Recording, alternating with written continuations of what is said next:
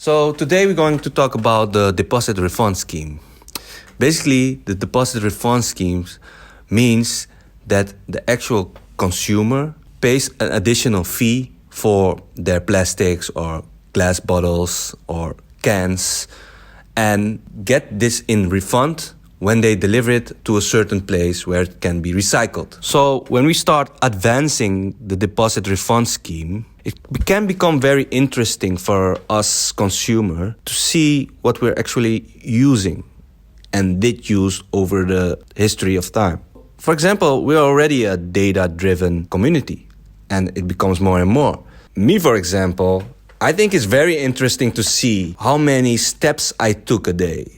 So I'll be aware of my health. But at the same time, it would be also very interesting for me to see how many bottles of juice or water I drank. Because then I can start measuring my consumption behavior, which is very interesting. Because one year I'm using more than the other year.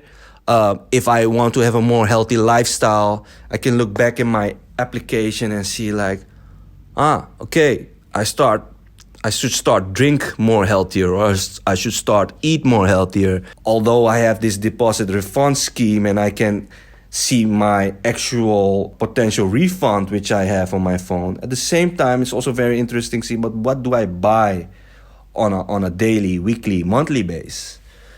So for the consumer, there's a lot to gain in terms of that specific data. And at the same time, for companies, it's also very interesting to follow this data. So with the COTIT 360, because obviously when I go to this machine where I put the bottle in, it will see that I scanned the bottle at which time.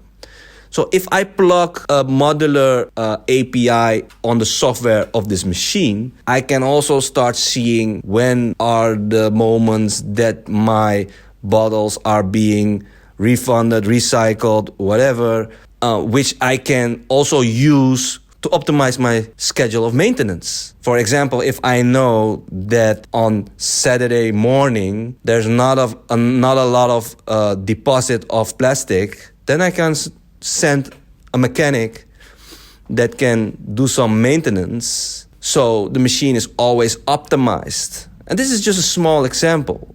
There's many more examples because a standard advanced supply chain has a lot of systems in place.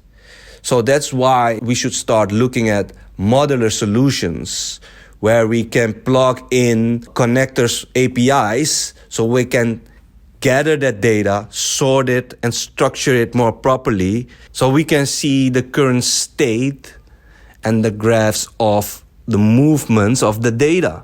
Because the data makes specific movements. If we can visualize this, that's powerful. Because then we're talking real-time metrics. So technology is available, guys. We should only utilize what is out there today. And COTIT 360 is really going to these type of solutions and plug in our tools to existing solutions so we can optimize and consolidate what's already out there. So the future holds a lot of potential, nice potential, and at the same time, very complex potentials.